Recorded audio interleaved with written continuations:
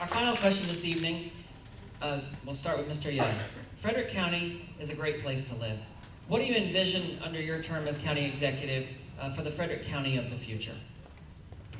Well, again, not returning to taxes and fees like Martin O'Malley and Jane Gardner, making Frederick County a place where a young family can get started, not having lived in Charlestown, West Virginia, or like my brother that started in Washington County and then finally got back to Frederick County, where a middle-aged family can pay down their debt, save for their children, and our seniors can retire with dignities.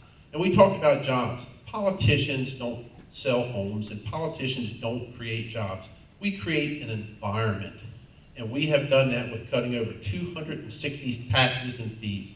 And the proof is in the pudding.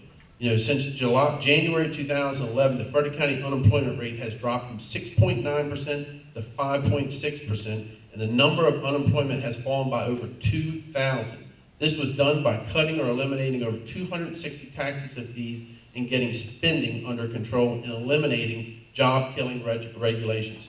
We have to make Frederick County the most senior-friendly county in this state. We also have to make Frederick County the most pro-business county in this state. That is how you get the jobs. Believe me, I talk to all the brokers, and you can ask them what their percentages are. Go talk to Matt & Company. Go talk to St. John's Company. Talk to them about all the businesses that are relocating and expanding here because we are so much more friendlier to do business with. Again, politicians do not create jobs. We create an environment. It's the free market principles. We don't want to be Allegheny County. We don't want to be Montgomery County. But I don't care how much money you throw at a company, they're not going to relocate to Allegheny County. A lot's got to do about where you're positioned in the marketplace and where you do business. We're primed for that here in Frederick County, and that is why we need to continue to have a pro-business environment to attract those businesses that are looking to relocate and keep those that are here and give them an environment where they can expand. Thank you, Mr. Young.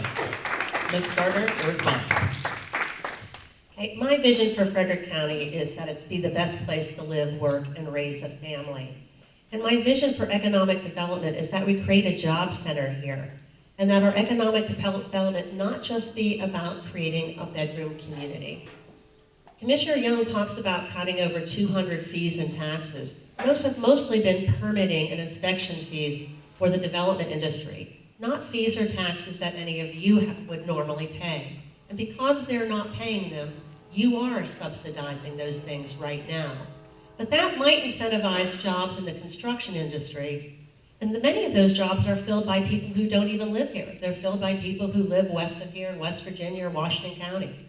We need to create good paying jobs right here in Frederick County by taking advantage of our opportunities to leverage job growth from the science and investment that's happening at Fort Detrick, the Fort Detrick Business Development Office, by supporting our small businesses, and by creating an environment where we can have jobs so our millennials, our young people, will stay here and live here. They do not want to commute like their parents did.